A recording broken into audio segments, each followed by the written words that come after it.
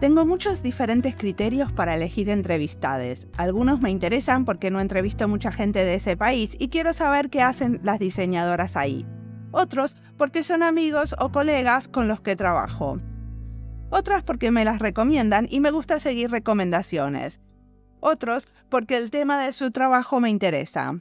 Al entrevistado de hoy me lo recomendaron y a la vez trabajó en un tema del que quiero aprender e investigar más: la paz. Mientras sigas habiendo una guerra tan cerca, no puedo más que querer escuchar más sobre la paz. En este episodio les presentamos a un activista vasco, Alex Carrascosa, que trabaja con narrativas y relatos en comunidades. Hablamos del arraigo, el conflicto, las huellas de la violencia, la participación ciudadana y, por supuesto, de la paz.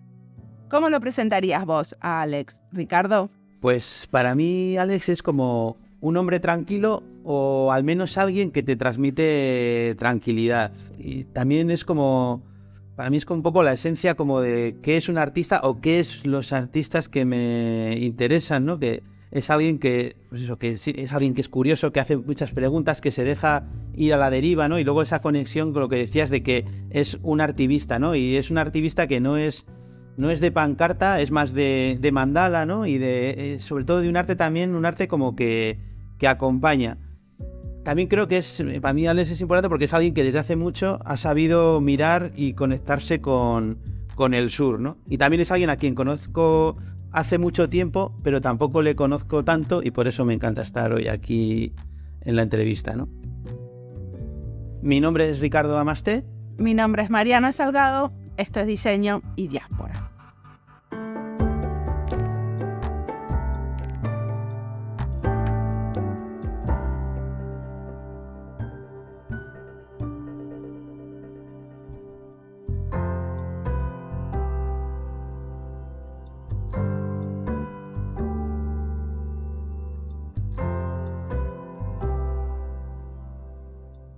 Bueno, muy agradecido, Mariana. Pues mi nombre es Alex Carrascosa y sí me considero ante todo en tanto que ser humano más que persona, porque las personas son las diferentes fases de los personajes que interpretamos a lo largo de la vida, ¿no? Pero durante muchos años pues estoy muy vinculado a mi pareja Mar y junto con ella pues a mi pequeña familia, ¿no? A nuestros hijos, Asir y Naya. Yo me siento en ese sentido un poco jardinero muy volcado en ellos tres, ¿no? Porque, bueno, pues al final creo que si no partimos de ese entorno de cuidados difícilmente podemos entender el cuidado social. Y es algo de lo que sí que me gustaría hablar reiteradamente a lo largo de la entrevista, de cómo ser nosotras estables internamente y equilibradoras externamente, ¿no? Y para mí la familia, sin ese punto de apoyo de la familia, yo sería un completo desastre. Y al mismo tiempo pues es mi compromiso para cuidarlos diariamente. Así que sí que me considero pues una pareja activa, un padre activo y al mismo tiempo pues sí, en la parte más productiva de la vida, ¿no? En el afuera de la casa, pues un poco también en el adentro, pues me gusta definirme como activista, ¿no? Y cuando digo activista, bueno, por los diferentes estadios y espacios en los que la vida nos va desplegando y en los que nosotros vamos adentrándonos, pues me gusta pensar la vida como un happening, ¿no? Y me gusta pensar que todo lo que hago tiene algún sentido, ¿no? Que me gusta mucho la montaña, me encanta el alpinismo, me encanta caminar y me encantan los mapas y al final siempre estamos como trasladándonos de un lugar a otro o poniéndonos metas, ¿no? Lo curioso del paradójico de la vida es que es un camino sin una meta clara porque no sabemos dónde vamos a terminar, ¿no? Y en ese sentido, pues muchas veces, por mucho que tú elijas el camino que quieras recorrer, la vida te va sorprendiendo con caminos muy distintos a tus expectativas y eso a mí me ha obligado como a conocer la aceptación, ¿no? A aceptar todo aquello que me viene e integrarlo, ¿no? Y dialogar con ello y plantearlo como un nuevo reto. La vida al final es dialógica, pues te va presentando circunstancias que tienes que abordar. Desde dentro de la casa, desde la fuera de la casa. ¿Por qué vivir la vida como un happening en ese sentido del life like art, del arte vida de Capro, ¿no? Hace que todo cuanto hago tenga como una coherencia, ¿no? Por lo menos es la narrativa que a mí me gusta darme para pensar que todo cuanto hago pues tiene cierto sentido, ¿no? o por lo menos va generando un camino con sentido, a pesar de no saber qué vendrá después. Sí, vos empezaste estudiando arte, ¿no? Sí, eso es. Y precisamente pues empecé pintando mucho. Y mi pintura de hecho respondía a los criterios del realismo social, claramente, ¿no? De alguna manera estoy muy atado o muy condicionado por el contexto en el que yo vivo. He vivido en lo que nosotros llamamos Euskal Herria, la Baskonia, el País Vasco. Hablo euskera, hablo con mis hermanos en euskera. Nosotros recuperamos la lengua vasca que había sido cortada durante 2 generaciones. Yo soy el bisnieto privilegiado que tuve la suerte de vivir con mi bisabuela, que era la última vascoparlante, Manuela Irigoyen, y tengo también el privilegio de haber sido de los primeros de mi generación de hermanos y primos de haber recuperado el euskera otra vez, ¿no? Para nuestra familia. Y mi familia es de Navarra, por parte de madre, y siempre he tenido un sentido muy fuerte desde el arraigo, ¿no? Y creo eso no sé, siempre he tenido ese algo que no entiendo. Son cuestiones que son casi inconscientes, ¿no? Que no sabes por qué están ahí, pero que te marcan desde pequeñito, quizás por vivencias que tuviste desde pequeño, por la música que escuchaban tus padres cuando eran muy jóvenes, porque mis padres son muy jóvenes en comparación conmigo, apenas me sacan 20 años y ellos escuchaban la música protesta de entonces, tanto vasca como latinoamericana, ¿no? Y también catalana.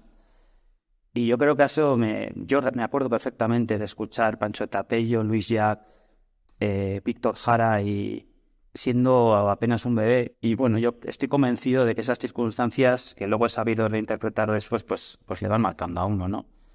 Y sobre todo porque mi propio padre también fue víctima de la violencia policial, y luego me ha tocado ver como 60 años después, cuando, si no estoy equivocado, no, 40 años después, en el 2009, o sea, el día de su cumple con 20 años es víctima de la violencia policial, y 40 años después tengo iba a decir la suerte, no, tengo la circunstancia de verlo con escolta, ¿no? Por ser una víctima potencial de ETA. O sea que no estuvo con vos cuando vos creciste. Sí estuvo. Lo que pasa es que él fue condenado al servicio militar a una multa muy alta que no pudo pagar y tuvo que abandonar sus estudios, y luego al servicio militar de castigo y a la región más lejana donde él estaba, que era Pamplona. Entonces, pues yo nací escondido en Santander, porque mi madre quedó embarazada de casarse, lo cual en Pamplona era un drama terrible, en el año 62, y yo nací ahí como escondido, ¿no? Solamente mis abuelos sabían de mi nacimiento y una tía abuela que me cuidó, y hasta los 2 años no volví a lo que decía yo, Euskal Herria, ¿no? El País Vasco y Navarra, ¿no? Hasta los 2 años no volví allá, y luego por el trabajo de mi padre, bueno, pues que fue sacando su vida adelante, trabajó siempre como ingeniero ferroviario, y ya fuimos a Deva. Yo cuando tenía 3 años fuimos a Deva, y ahí crecí en la Ikastola, y todo mi entorno era muy vasco, y la música que mis padres escuchaban también, aunque ellos no eran unas personas muy posicionadas políticamente, pero de alguna manera se dejaban llevar por lo que se vivía en aquel momento. Y yo estoy convencido de que todo lo que vivo de alguna manera son respuestas inconscientes o salidas al encuentro inconscientes de las grandes preguntas que habitan dentro de mí, ¿no? Y por eso, pues, uno inconscientemente elige ciertos paisajes, elige ciertos caminos, elige ciertos ámbitos relacionales. Trabajaste mucho con el tema del conflicto, ¿no? Y incluso trabajaste en Colombia, aparte de en el País Vasco. ¿Querés contarnos algún proyecto en particular? Sí, pues estando estudiando Bellas Artes, pues tuve la suerte de viajar varias veces a América Latina, y me interesaban muchísimo los lugares de posconflicto allí, sobre todo, ¿no? Y tuve la suerte de visitar, estuve en un proyecto de jóvenes cooperantes del gobierno vasco, la segunda edición, en el 1994, y allá tuve la suerte de viajar a norte de Potosí y conocer también los modos de vida de las comunidades quechuas e aymaras. Especialmente estuve con comunidades quechuas, eso en Bolivia, y fueron ellas, en los valles bolivianos, y fueron ellas las que me abrieron la conciencia vasca, en realidad, porque yo fui allá con una conciencia social alta, pero mi conciencia vasca no está tan desarrollada, y estando enseñando allí castellano a los niños quechuas, lo cual era importante para ellos también, para defenderse en la vida, pero eso me conectó a mí con ellos de una manera más profunda y conmigo mismo, ¿no? Y les pedí que ellos me enseñaran mi quechua. Yo no quería ser únicamente aquel profesor blanco que enseña, sino quería ser también enseñado por ellos, y Y ellos me enseñaban palabras en quechua, me llamaban Hatunchilwe, ¿no? Que significa como follo grande, ¿no? Hatunchilwe, me gritaban por todas las esquinas. Y yo, nada más volver al País Vasco, hablaba euskera muy justo y me entregué a hablarlo como mi primera lengua, como luego así ha sido, ¿no? La manera casi que lo uso más que el castellano en mi vida cotidiana, ¿no? Y eso fue el año 94, prácticamente a la vez que empezaba a salir con mi pareja, con Mar. O sea, ya son ciclos muy largos de vida, ¿no? Y sí, estando en la carrera visité El Salvador y visité artistas y colectivos que habían estado envueltos en la guerra allá y conociendo sus experiencias, ¿no? Antes de empezar la charla me contaste que estabas trabajando ahora para el gobierno, ¿entendí bien? ¿Qué estás haciendo? Bueno, ahora y desde hace unos cuantos años, pues el trabajar con la metodología Diatecne me llevó a, pues como os he comentado anteriormente, a conectar con otras tecnoblandas o tecnologías sociales, ¿no? Especialmente en mi caso fueron el Design Thinking, fueron la teoría U, que para mí ha sido una estructura de facilitación muy eficaz. También el Process Work o trabajo de procesos, que sí que está muy orientado al trabajo con la energía grupal, con la teoría del campo de Levine. También de alguna manera reinterpretada por Arnold Mindel, ¿no? Que también aconsejo. Luego también la facilitación sistémica, ¿no? Entonces, y el teatro foro, el teatro de las oprimidas de Wall, ¿no? Me he formado en todas estas técnicas y las he aplicado y las he brillado con el Diatecne, las he ido, pues, dependiendo de lo que me pidiera cada contexto, pues da una respuesta. Es verdad que de aquí, de ser facilitador, pues tiene un salto muy natural a la consultoría. Más que un salto ha sido un paso, realmente un paso casi como imperceptible a la consultoría, ¿no? Y ya desde diferentes ámbitos, aunque en esos ámbitos les interesaba mucho la visión, las gafas artísticas que yo le ponía o happeninianas que yo le ponía a ese evento, es verdad que al final, bueno, me ha permitido esto trabajar, contestando a tu pregunta, me ha permitido trabajar con muchísimos departamentos y direcciones en este caso, el gobierno vasco, ¿no? Ha sido la Dirección de Justicia, la Dirección de Trabajo, la Dirección de Empleo e Inclusión, la Dirección de... ¿Y qué haces? ¿Me contás un ejemplo concreto? No me hagas un listado de direcciones porque no me... Pues esto es como el estado pequeñito, ¿no? También cuando se hablaba de la vasquitud en mi dimensión de interpretar la vida, creo que a la parte sensible de mi vida o la parte idiomática, no identitaria, porque una profesora de Colombia, voy a hacer un pequeño inciso, me decía, escuchándole a vos entiendo que el idioma hace la identidad. Digo, evidentemente, o sea, el idioma es una manera de pensar, de tocar, de amar, de todo, ¿no? Y nosotros pues tenemos nuestro idioma también. Pero también te diría que nosotros somos un ejemplo de cultura, de estructura subsidiaria de alguna manera, de estructura debido al estado de autonomías por el que se rige el Estado español, y teniendo en cuenta que el País Vasco tiene... Euskal Herria como conjunto cultural es más grande, ¿de acuerdo? Euskal Herria como conjunto cultural engloba el País Vasco, donde nosotros habitamos, que son tres territorios históricos, la Comunidad Foral de Navarra y luego la parte vasco-francesa, ¿de acuerdo? Que es la que está dentro de Pirineos Atlánticos y que es nosotros llamamos Iparralde, el lado norte, ¿no? Y en total son 7 territorios. Pero en la parte nuestra, administrativa, la Comunidad Autónoma del País Vasco, somos 3 territorios, tiene un gobierno y ese gobierno tiene diferentes direcciones. Entonces, bonito, diría yo, poder acceder de una manera o poder llegar de una manera muy accesible o poder conocer de una manera muy accesible cómo funciona un gobierno, de qué direcciones se compone y qué retos y qué desafíos tiene, ¿no?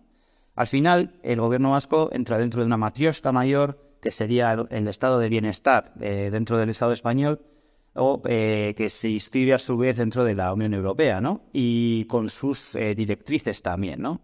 Entonces, al final, te permite conocer a pequeña escala cómo funciona un gobierno y cómo hay que activar las políticas públicas que muchas veces ni siquiera son diseñadas aquí. Muchas veces vienen directamente desde Bruselas o en parte pueden venir desde el Estado. Pero ustedes hicieron una intervención, hicieron algo para permitirle a la ciudadanía que entendiera cómo funciona el gobierno vasco. No, para mí, bueno, hay políticas en este caso, hay un sistema de gobierno Irekia, gobierno abierto, que pretende hacer eso desde gobierno. Yo soy un consultor para una entidad privada que trabaja para gobierno en este momento, lo mismo que para la Comisión de la Verdad, que después hablaremos de ella. Fui habilitado desde el PNUD, desde el Programa de Desarrollo de Naciones Unidas, como consultor para poder acompañar a la Comisión. En este caso, en el País Vasco trabajo para la Fundación EDE, para EDE Fundación, Y desde lo que hacemos es trabajar en la implementación de las diferentes políticas públicas en diferentes ámbitos, ¿no? Por ejemplo, en el ámbito de justicia a veces un reto sería trabajar por los equipos psicosociales, por los retos que tienen los equipos psicosociales que atienden a familias con conflictos, ¿no? Y que que atienden a familias con menores en situación de condena, digamos, o situaciones muy complejas. En el ámbito de empleo e inclusión estamos con las mesas locales de coordinación entre sistemas de inclusión social. Este es un proyecto que me tocó, de hecho, llevar desde que entré en esta entidad y es complejísimo, ¿no? Porque tenemos que poner en danza a todos los sistemas de protección, que son el sistema de empleo, que tiene a su vez su complejidad administrativa, porque estos sistemas se replican a veces a diferentes escalas administrativas, a escala de gobierno, de comunidad autónoma, a escala de territorio histórico, a escala de ayuntamiento, a escala de mancomunidad. Es complejísimo. O sea, que tratan de hacer intervenciones que traspasen esas escalas. O sea, que puedan ser como replicables como en pequeños grupos y en grupos más grandes. Eso es. O sea, ahí, por ejemplo, para no tampoco embrollaros con esto, pero imagínate, ¿no? ¿Qué reto es, qué desafío es poner juntas a todas las entidades que trabajan por la integración social, que son el empleo, la vivienda, la salud, la educación, los servicios sociales de base y luego las entidades del tercer sector social, ¿no? Ellas estamos acostumbrados a operar desde una mentalidad de silo, ¿no? Donde cada entidad, cada organización opera o cada sistema opera de manera casi independiente cuando debería ser interdependiente, ¿no? Y por eso, igual esto es algo que ocurre mucho también en los propios sistemas humanos, y vuelvo a Barrett, podemos ser viables, podemos ser operativos, pero luego nuestra manera de funcionar, incluso siendo colectiva, incluso siendo entitaria, es individualizada. Entonces en el sistema se generan muchísimas entropías, en el sentido de que cada sistema funciona en paralelo hacia sus intereses.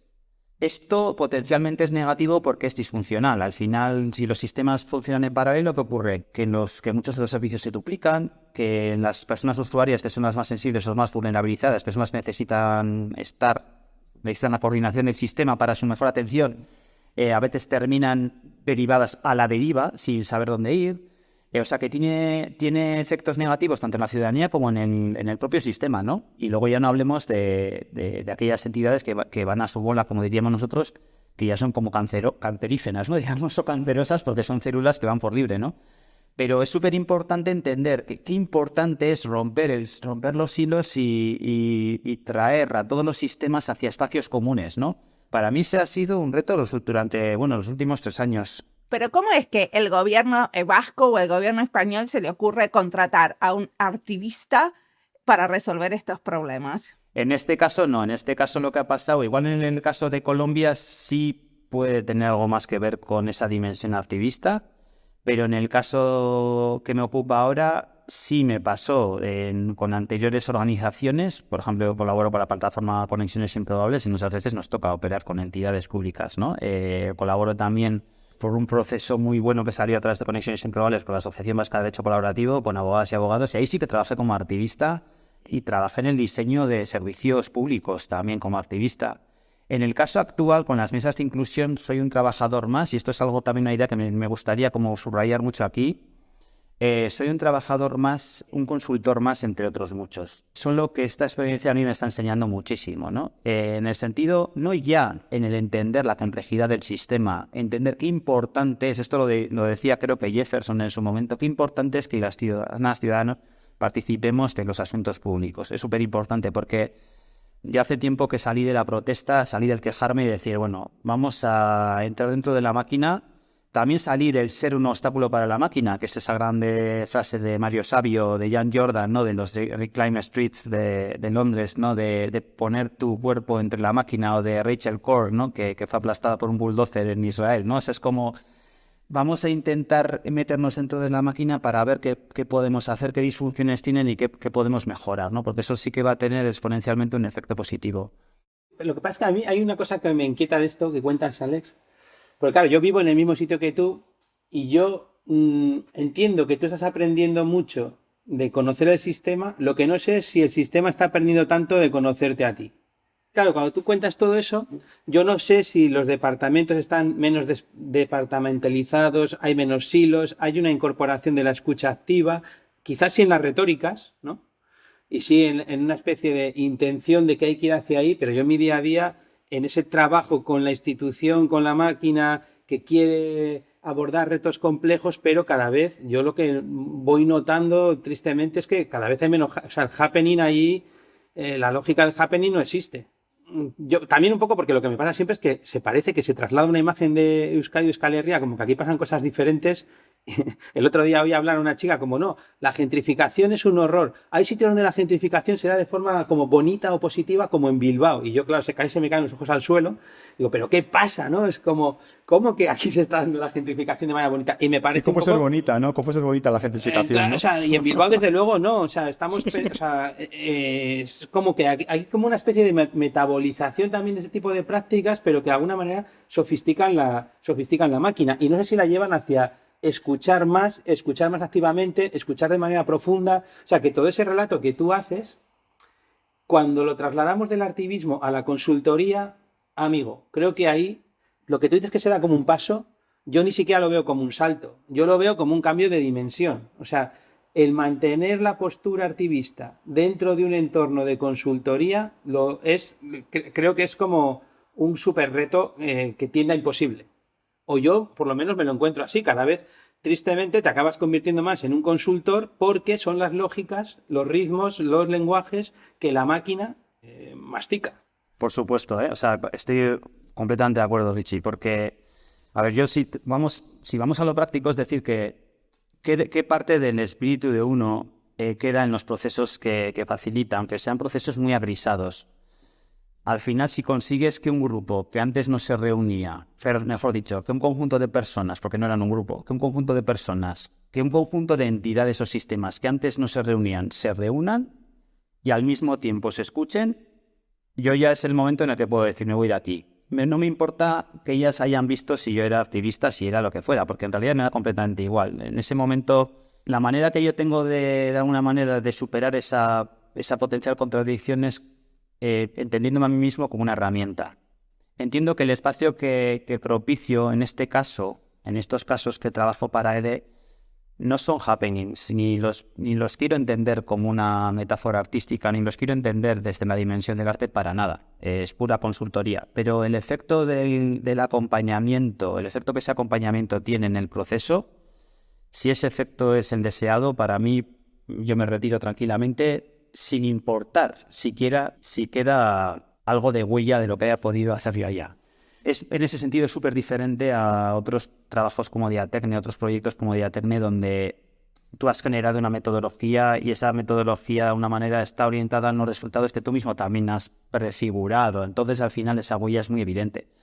Pero en el caso de la consultoría, yo estoy en un momento de dilema, ¿eh? Por eso también me gusta mucho lo que has dicho, porque no puedo darte una respuesta compacta a esa duda que tú trasladas, sino que puedo darte pequeños sesgos o pequeñas intuiciones, ¿no? Tampoco sé yo muy bien si es el lugar que me corresponde donde quiero estar, en el sentido de que, bueno, yo estoy aquí, hago mi trabajo.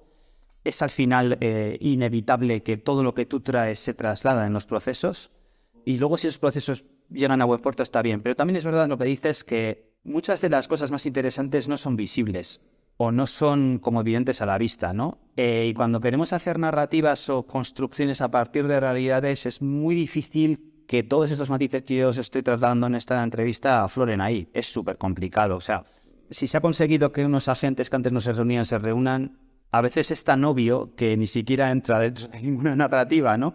Pero a lo que voy es que yo estoy completamente de acuerdo, ¿no? Hay que tener muchísimo cuidado con hacer de aquí lecturas como si esto fuera, no, y nada más lejos de mi intención. No quiero decir con esto, cuando digo que tengo la suerte de trabajar en un país que se administra autónomamente, tengo la suerte de trabajar en las estructuras de ese país, en este momento de mi vida. Y eso me hace conocer cómo funciona una estructura, cómo funciona una máquina. Eso no quiere decir ni que esté a favor de la máquina, ni que esto sea una maravilla porque me permite hacerlo. No, tengo esa suerte o tenemos esta posibilidad desde este lugar del mundo, ¿no? ¿Qué traslado a esta entrevista? Que estoy aprendiendo mucho, como tú bien decías, Richie. Al final no dejo de aprender, no dejo de observar, no dejo de ver, ¿vale? Y en ese sentido, ¿qué podemos hacer? ¿Qué relectura tenemos que hacer? Y yo esa pregunta todavía no la sé responder. De alguna manera estoy en un momento de mi vida donde, bueno, todavía estoy pasando por un lugar que me tendrá que llevar a otro, ¿no? Bueno, creo que ha quedado contestado, ¿no, Richie? O sea, esto es como un proceso, es un proceso vivo, o sea, Sí, pero luego dale a la comisión, porque sí me interesa luego volver un poco. Bueno, tú dale. Bueno, con la comisión ocurre lo siguiente, de alguna manera todo este proceso vital mío en Colombia tiene como una réplica paralela en pequeñito, porque yo venía de hacer talleres de día tecne, procesos de día tecne con diferentes comunidades y grupos, también en la universidad, especialmente con la Universidad Javeriana. Luego de ahí, bueno, me tocó vivir en 2015, ya una vez pasado el periodo día tecne, que para mí termina en 2014 de alguna manera, lo tengo como identificado así, muy datado de esa manera. En 2015 me invita el Ministerio de Interior, a través de Ramnica Goratus, me invita el Ministerio de Interior de Colombia para participar en el startazo de la Ley de Participación Ciudadana, que era también parte de los acuerdos de paz que se estaban construyendo en aquel momento. Y me tocó dar una charla sobre el conflicto vasco delante de toda la institucionalidad, tanto social como, o sea, de todas las entidades, tanto sociales como institucionales del país, ¿no? Un conjunto de 20 y tantas, 30 organizaciones sociales e institucionales que eran de alguna manera que entre todas componían el puzzle de Colombia, ¿no? Y yo me acuerdo que ante ese escenario lo que hice fue una dinámica en vez de dar una charla al uso, hice una dinámica de toma de conciencia de cada entidad para de ahí una cohesión grupal colectiva, ¿no? Hacia focalizarlos hacia un interés común, ¿no? Hacia un pro común de paz colombiano, ¿no? Y curiosamente el exministro u otras personalidades públicas no entendieron muy bien la dinámica, pero mucha gente me venía y me decía, Alex, fue lo más... ¿Pero qué hiciste concretamente con la gente ahí? Bueno, pues fue una dinámica, les hice una serie de preguntas y entonces cada pregunta exigía un momento de concentración determinado y un momento de visualización y un momento también de bosquejo también, ¿no? Y entre ellas lo que tenían que hacer es primero ellas entenderse como entidad a partir de hacer un trabajo interpersonal de qué propondrían a otras entidades y no recuerdo ahora cuáles eran exactamente las preguntas, pero luego a partir de ahí cómo imaginamos la construcción colectiva de Colombia, ¿no? Teniendo en cuenta que dejamos atrás y que aceptamos de la realidad emergente, ¿no? Porque la realidad emergente, los nuevos desafíos implican que muchas veces tengamos que dejar muchos apegos atrás y tengamos que aceptar otras realidades nuevas, ¿no? Y bueno, la dinámica salió bien, ¿no? Aquí digo esto porque es una dinámica que no ha tenido ningún eco de ningún tipo. Pudo tener eco porque hubo ahí como posibilidades que afloraron, pero quedó ahí. Y en 2019, después del trabajo que yo había hecho con las abogadas y abogados de la Asociación Vasca de Derecho Colaborativo, trabajando mucho en las ADRs, que son los mecanismos alternativos de resolución de conflictos, trabajando en mediación, en negociación basada en intereses, generé junto con una abogada norteamericana, Kim Wright, diferentes canvases o espacios de acuerdo entre diferentes. Entonces me había especializado en mediación, en negociación, en generar estructuras de acuerdo, estructuras gráficas y plásticas de acuerdo, ¿no? De acuerdos entre socios, de acuerdos entre partes diferentes, de acuerdos entre partes conflictuadas.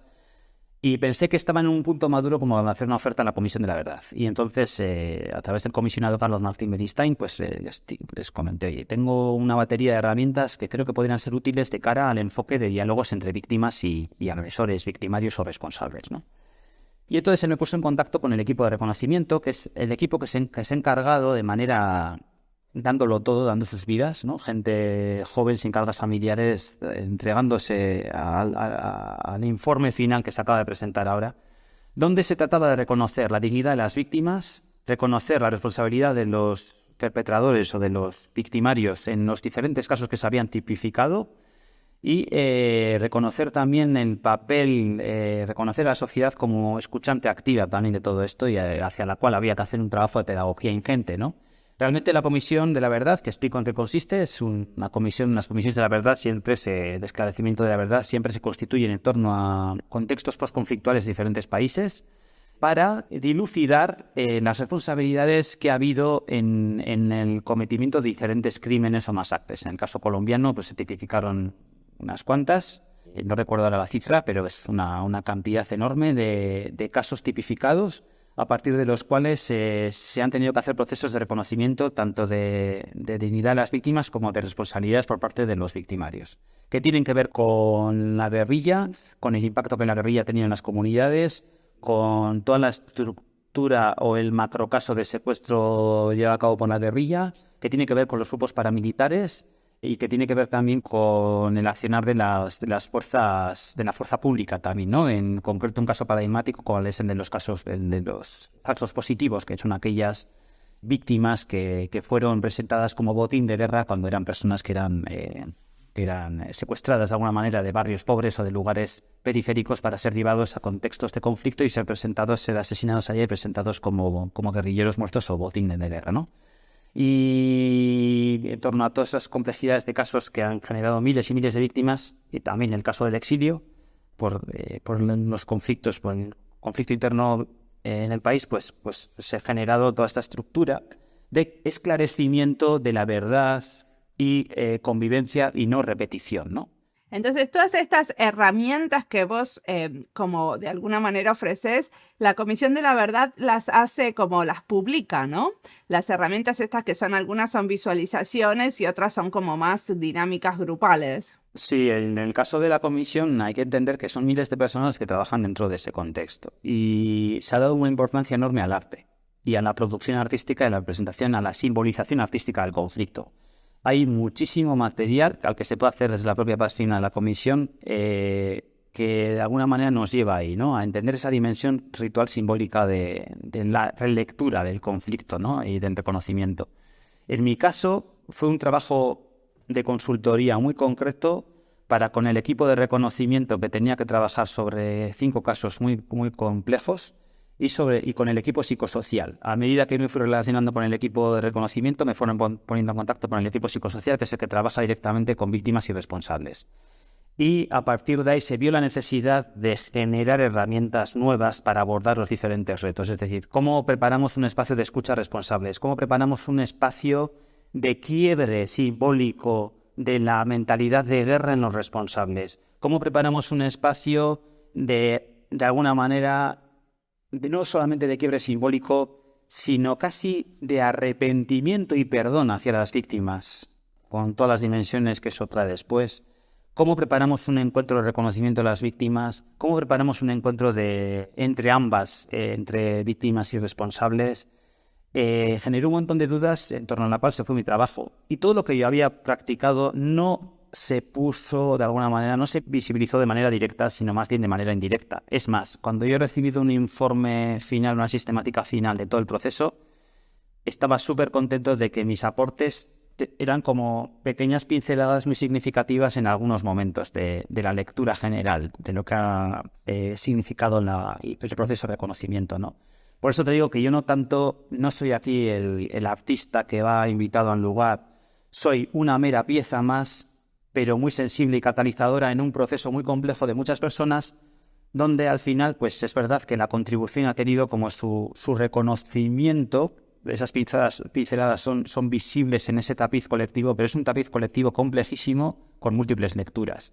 De lo que se trata al final es porque el reto último de todo esto no era ya el reconocimiento de las víctimas o de que los responsables admitieran haber cometido los crímenes cometidos, sino que la sociedad entendiera la importancia de todo este proceso para que jamás esto se vuelva a repetir en el país, ¿no? Y encima esto también tiene una lectura evidentemente trasladable, extrapolable a otros contextos, ¿no? La no repetición no solamente es deseable en Colombia, sino también en Euskal Herria, en el País Vasco.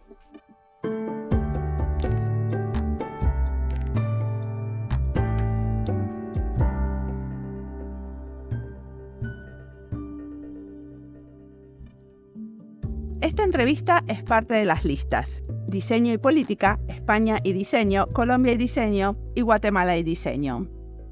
Me gusta hacer entrevistas porque es un ejercicio de escucha y saber escuchar a otros que entretejen su pensamiento de manera diferente, como Alex, por momentos me cuesta y por momentos me resulta muy disfrutable. Cada entrevistado necesita de otra sintonía, de una atención y una actitud diferente. Y no es fácil porque no siempre tenemos la capacidad de ser flexibles con nuestra manera de escuchar. A veces queremos que nos cuenten las cosas de manera sintética y al punto. Si este es tu día, mejor dejar esta entrevista para otro día. Hoy es un día para ejercer una escucha blanda, pensando que irse por las ramas en compañía puede ser un viaje que vale la pena. ¿Qué te parece a vos, Richie? Sí, estoy muy de acuerdo con lo que cuentas, ¿no? Creo que estamos como demasiado acostumbradas a querer como ir al grano, ¿no? Y a mí me parece como muy generoso toda esta idea también de como de ser como, de mostrarte más vulnerable, de estar pensando según hablas, ¿no? De dejar huecos, ¿no? Últimamente en estas cosas como de parar también, como la danza buto, ¿no? De conseguir ir súper despacio o llegar al sitio por el camino como más lento, ¿no? Y justo hoy a la mañana estaba escuchando otro capítulo de Diseño de Diaspora, el 376, con Iria López, y creo que ella también hablaba mucho de esto, ¿no? De dejar huecos, de otros tiempos, hablaba de cuando las personas se hacen mayores ya no tienen prisa porque saben que no merece la pena ir corriendo a ningún sitio, y creo que eso es importante y que deberíamos permitirnos más estar como en esos tiempos, ¿no? Aunque es verdad que nos cuesta, ¿no? Nos roza. Sigamos ahora escuchando a Alex, que tiene mucho para contarnos.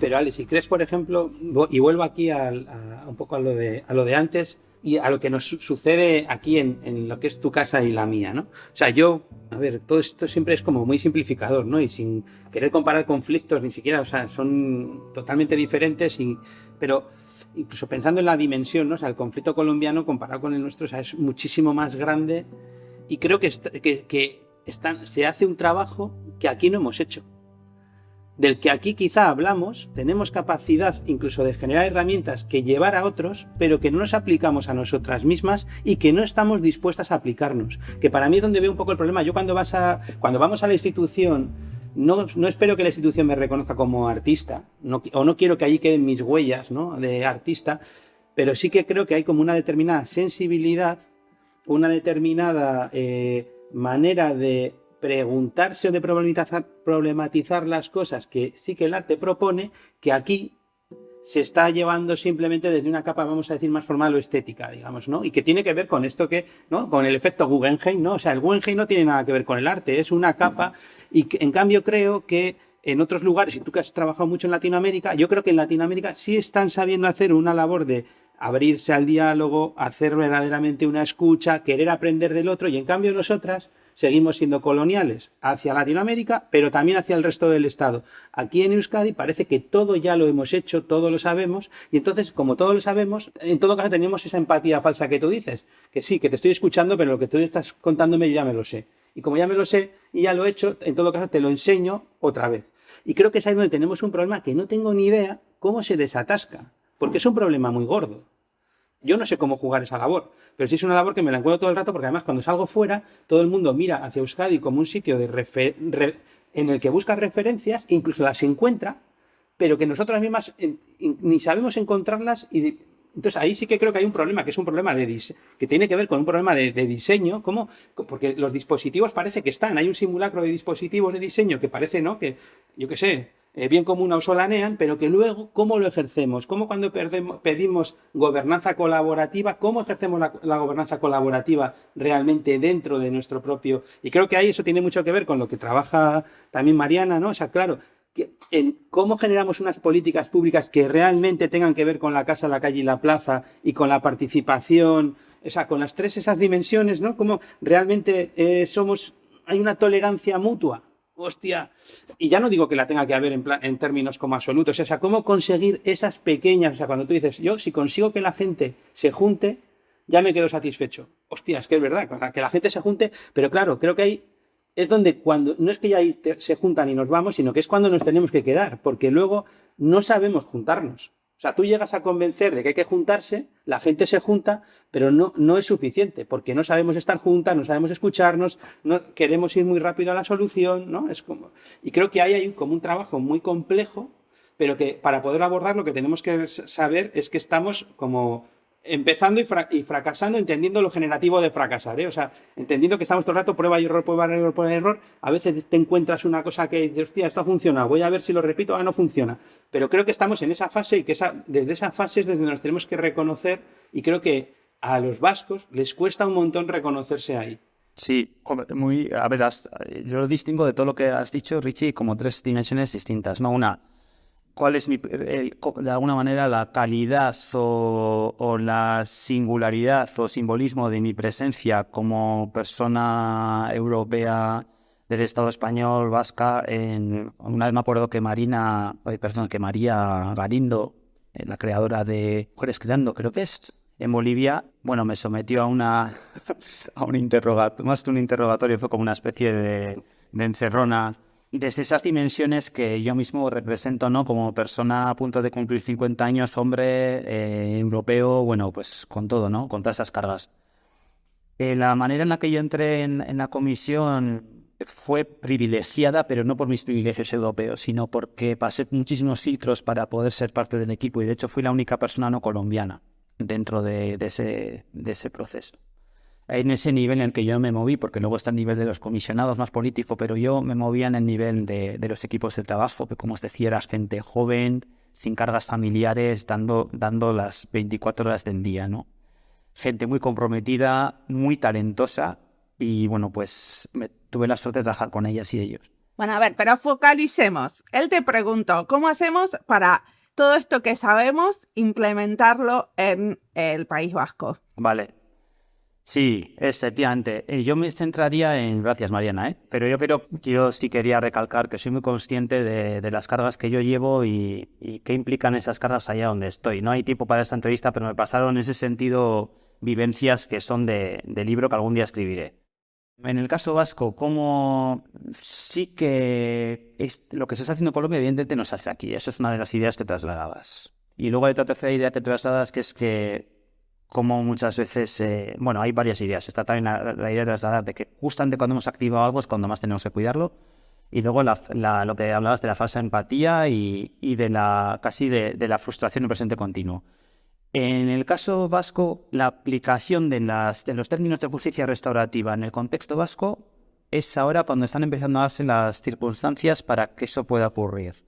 Y no es casualidad que el año pasado se estrenara la película Maisabel, no es casualidad que en este año ha habido una cascada de eventos relacionados con la justicia restaurativa, el Congreso, el Simposio Internacional de la Sociedad de Victimología Mundial fue en Donosti a primeros de junio, donde tuve también la ocasión de participar. Se está publicando mucho al respecto, se está haciendo mucho, se están trayendo ideas de muchos lugares del mundo. Y la idea es ya se estar de alguna manera abonando el terreno para que aquí podamos hacer espacios restaurativos tal como se han construido en Colombia. De hecho, Colombia ha sido pionera. ¿Por qué aquí falla y allí no? Mira, decía Ingrid Betancourt, parafraseada por Pacho de Rug, el presidente de la Comisión de la Verdad, decía que los gringos piensan con el estómago, o sea, los gringos de alguna manera escuchan con el estómago, los europeos con la cabeza y los colombianos con el corazón, ¿no? Creo que la gran capacidad de haber escuchado con el corazón y también el hecho de tener una meta, porque estaban abocados a presentar un informe final que ha sido presentado ahora este mes pasado, les ha obligado a hacer ese trabajo que no tiene parangón en ninguna otra comisión, la verdad, del mundo que yo sepa, y un trabajo con un componente artístico enorme, con un componente sensorial espectacular, ¿no? Y acá somos tan mentales que, como bien dices, Richie, creemos que lo sabemos todo. Y de hecho yo allí fui completamente desvalijado de alguna manera, como me pasó con María Galindo. Fui desvalijado de todo mi bagaje para de ahí reemprender un proceso de, yo si algo he aprendido estos años es a escuchar, porque es escucharse aceptar.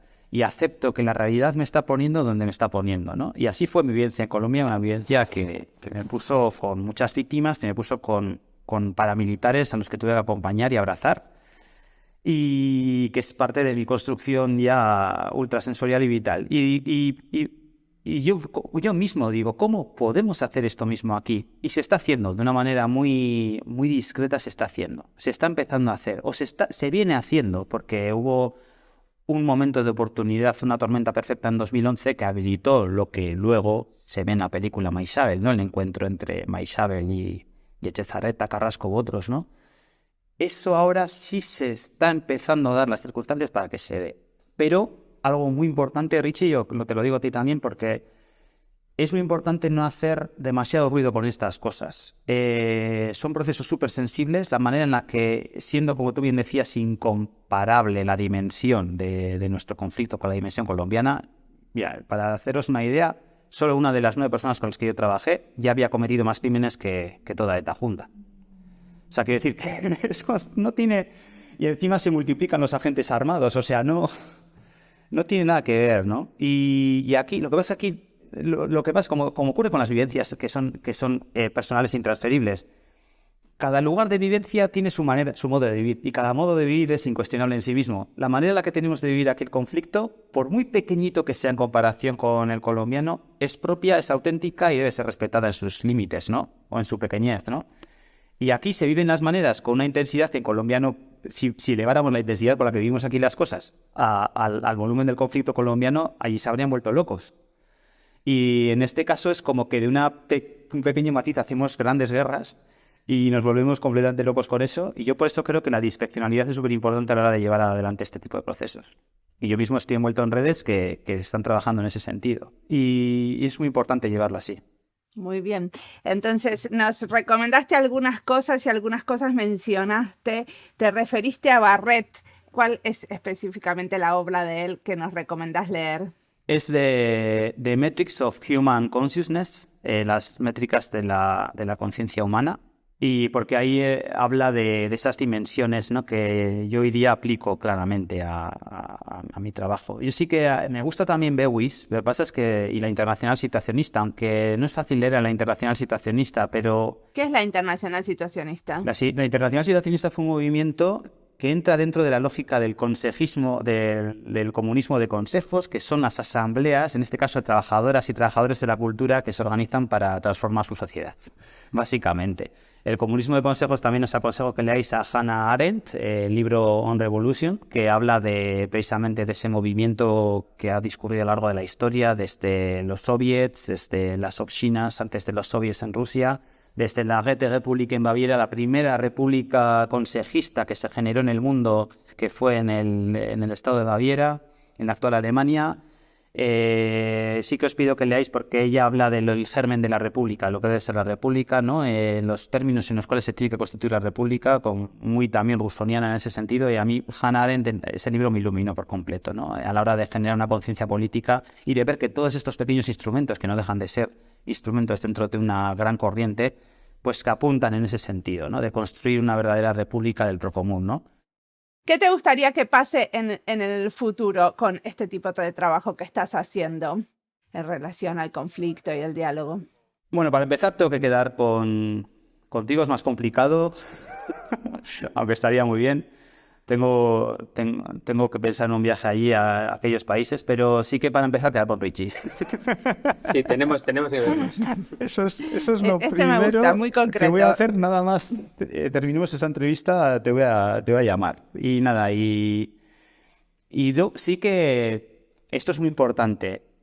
Todo lo que os he contado aquí es desde la vivencia personal de que yo no vengo a proponer nada, ¿no? Antes hablaba Richie del Guggen, yo estuve trabajando 10 años para el Guggen, conozco muy bien las estructuras, evidentemente eso no es arte ni es arte en la manera en la cual nos obligan a ser artistas, en el sentido de que tienes que proponer, ¿no? Y invitar a todo el mundo a que venga a tu imaginario, a entrar en tu imaginario, ¿no? Creo que eso es muy presuntuoso.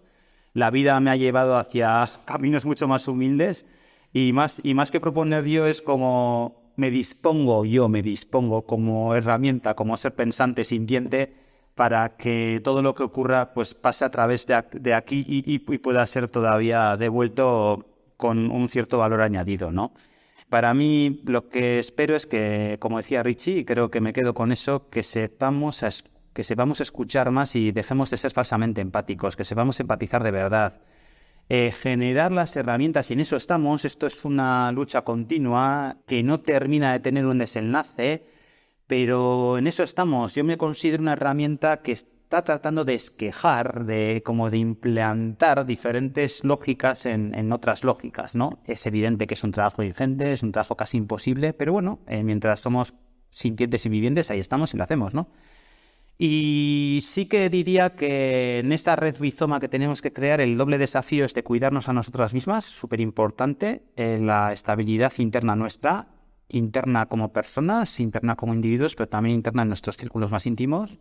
Y luego también el generar ese poder en términos de Amy Andel, ¿no? de Amy Allen, de generar ese poder de aglutinar de alguna manera, pero no aglutinar en términos de concentración de fuerzas, sino de tejer, de generar tejido, ¿no? Tramas y urdimbres, ¿no? Entre nosotras y nosotros, ¿no? Que por lo menos permitan amortiguar las caídas que sobrevienen, ¿no? Y estamos en estos momentos en un momento de crisis increciendo, ¿no? En muchos sentidos, medioambiental, demográfica, medioambiental en muchos sentidos también, demográfica, de consumo, de cómo entendemos la producción de bienes y servicios, de cómo entendemos la producción de necesidades y satisfacciones. Estamos en un momento de crisis total que obliga a la reinvención del sistema.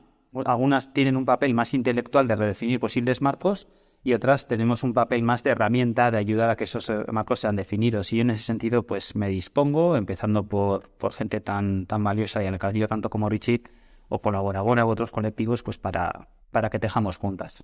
Muy bien, aunque ya estamos acabando y súper fuera de tiempo, sí que, y cuando se haga cuando la imitamos ya no estará, pero sí que yo la semana que viene voy a ir de visita a la Documenta de Kassel, a la Documenta 15, que creo que tiene mucho que ver con lo que hemos estado hablando, ¿no? Que es una documenta que está comisariada por un colectivo indonesio que se llama Ruang Grupa, que ha invitado a su vez a otros colectivos y que es una documenta mucho más de disponer que de proponer. Por eso también probablemente será raro encontrarse cosas ahí como que no son obras de arte como tal, sino procesos que tienen que ver con las prácticas artísticas. Y también creo que ha sido muy interesante porque siendo un proceso que era como muy dialógico, muy de escucha, muy de todo ese tipo ha sido muy atravesado por el conflicto, ¿no? O sea, de repente ha sido acusada de ser antisemita, con todo eso lo que supone además en Alemania, y creo que es un caso como interesante también de la propia incapacidad luego que ha tenido ese propio dispositivo, bueno, no sé si incapacidad o dificultad que está teniendo para poder, no sé si desactivar ese conflicto, sino abordarlo y poder trabajarlo, ¿no? Que creo que son como siempre cosas como súper difíciles, o sea que los conflictos realmente estamos tan poco educadas para manejarnos en ellos. Pero bueno, sí me parece que la documenta de este año, que creo que seguro que, bueno, tanto a ti, Alex, como a Mariana, os tiene que resultar ahí sugerente interesante lo que ahí se está cocinando. ¿Qué es Documenta? Discúlpame. ¿No conocen la Documenta de Kassel? Bueno, pues esto ya hoy no nos da tiempo a hablarlo, pero entra ahí, Documenta de Kassel. Vale, pues es que este es el problema. Todo el mundo conoce la Bienal de Venecia. La Documenta de Kassel es un evento que se hace cada 5 años. Y siempre es bastante significativo lo que sucede ahí, ¿no? Y esta es la primera vez que ha sido comisariado, no por un colectivo, porque otras veces ya ha sido comisariado colectivamente, pero sí por un colectivo que sí que ha hecho un trabajo muy de el arte como práctica social, colectiva, colaborativa, muy desde el sur también y desde las prácticas, lenguajes y formas de representación, vamos a decir, no hegemónicas, no coloniales, no del norte. Y, joder, pues esto nada, luego te mando un link para que entres a explorarlo. Y tú, Alex, sí la tienes. Interesante, Richie, muy bien lo que acabas de contar, sí. Sí, y de hecho hacia ahí vamos, yo creo que vamos más hacia ahí. Creo que la desobjetualización total y... Que también hacen falta objetos, Yo no quiero caer, ¿no? Es como antes estaba pensando, menos consultores y más activistas, pero no, bueno, pues consultores que haya consultores, no, pero creo que lo que falta es de lo otro, ¿no? O sea, que siga habiendo objetos, los objetos son buenos elementos de mediación, los necesitamos, tangibilizar cosas, pero hace falta que esos objetos estén acompañados de muchos más procesos, ¿no? Igual que las tecnologías duras, oye, que no desaparezcan, pero que dejen más espacio a las tecnologías blandas, ¿no? Que se equilibre todo un poco más, que pueda haber más como intersecciones. Perfecto, muchísimas gracias por la entrevista.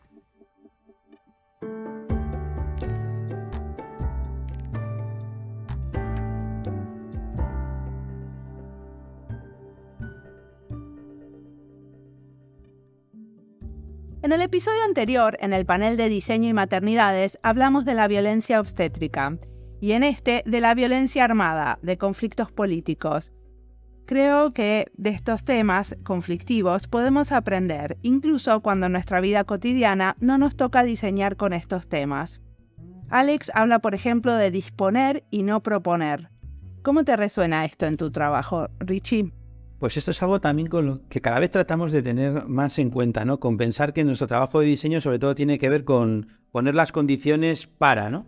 Y ver qué es lo que allí sucede. Y nos pasa también un poco con esta idea, también esta dicotomía entre el preocuparse y el ocuparse, ¿no? Que a veces nosotras también nos gusta tener como las situaciones como muy planteadas, ¿no? Lo que va a pasar, y quizá a veces como que lo terminas de plantear como demasiado, ¿no? Y acabas ocupando como todos los huecos, ¿no? Y estamos cada vez intentando más eso, pues dejarnos más fluir y de ponerte a disposición de lo que va sucediendo, de estar en el durante y no ir tanto ya con la cosa como armada, ¿no? Muy bien. Como siempre, la música del podcast es de Antonio Zimmerman. El diseño de sonido es de Julián Pereira. Este podcast está publicado con licencia creativa común con atribuciones. Esto fue Diseño y Diáspora. Pueden seguirnos en nuestras redes sociales en YouTube, Instagram y Twitter o visitar nuestra página web diseñoydiaspora.org. No olviden recomendarnos. Nos escuchamos en la próxima.